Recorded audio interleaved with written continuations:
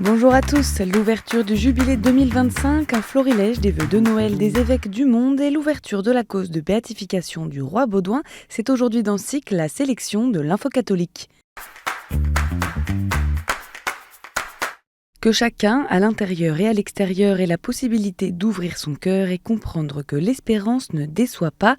C'est ainsi que le pape François a expliqué sa volonté d'ouvrir une porte sainte dans une prison au début du Jubilé 2025. Ce jeudi 26 décembre, il s'est rendu à la prison de Rebibbia, au nord-est de Rome.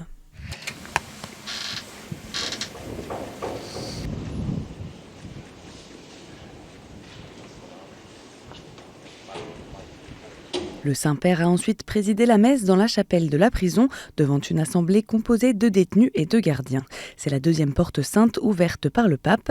Lors de la nuit de Noël, il a ouvert celle de la basilique Saint-Pierre, lançant ainsi solennellement le Jubilé 2025. J'invite chaque personne, chaque peuple et chaque nation à avoir le courage de franchir la porte, à devenir des pèlerins de l'espérance, à faire taire les armes et à surmonter les divisions, a appelé le pape François avant de donner la bénédiction Urbi et Orbi de Noël le 25 décembre. De l'Ukraine au Moyen-Orient, en passant par la Birmanie, le Venezuela et plusieurs pays d'Afrique, il a énuméré les conflits armés et le fléau du terrorisme, appelant au dialogue et à la paix. Le 29 décembre, l'année sainte sera ouverte dans les diocèses du monde entier qui invitent à participer aux célébrations locales. La fête de la Nativité se prolonge tout au long de l'octave de Noël, l'occasion pour SIC de faire un petit tour des vœux des évêques de France et d'ailleurs. Noël est une personne, Jésus, qui vient à nous pour nous révéler l'amour de son Père et notre Père, et nous inviter à l'accueillir dans notre vie. Je vous invite à semer de la joie, de l'espérance et des flots de reconnaissance. How can we not think of the many marginalized, for whom it seems there is no place in the world, and also for our many brothers and sisters in this tormented Holy Land, for whom there seems to be no place, dignity or hope.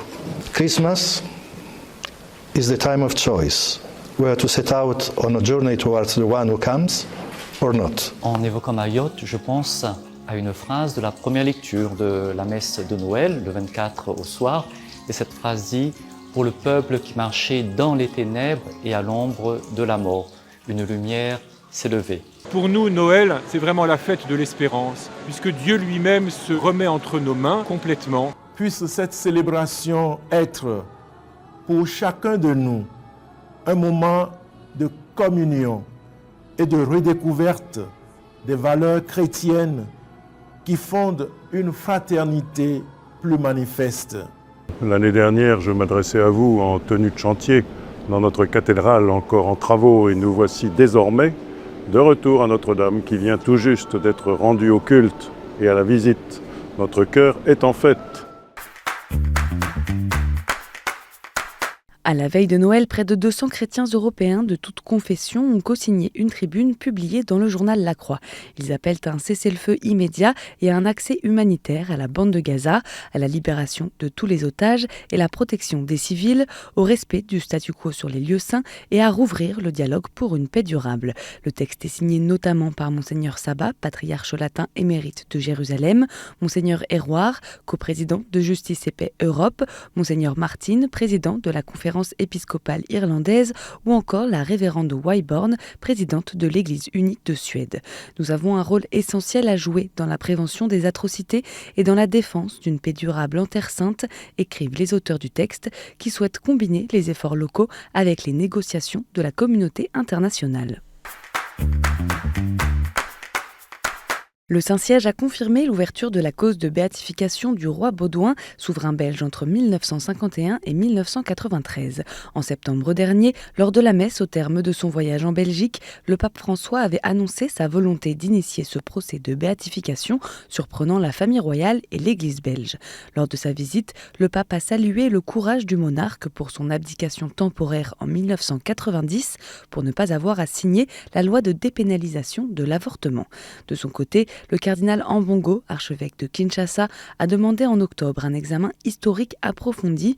Sans s'opposer à la cause, il a rappelé que l'assassinat du Premier ministre congolais Lumumba reste une tache noire dans la vie du roi Baudouin. Une commission historique a été chargée par le dicaster pour les causes des saints de rassembler la documentation nécessaire pour déterminer si sa vie présente les critères requis pour être reconnu bienheureux. Et en bref, 20 ans après le tsunami qui a frappé les pays d'Asie et provoqué la mort de 226 000 personnes, de nombreuses commémorations ont eu lieu ce vendredi, comme en Thaïlande sur la plage de Patong ou au cimetière de Mai Khao à Phuket, où une célébration interreligieuse a été organisée. Ici, un mur du souvenir rappelle les 45 pays dont étaient originaires les victimes.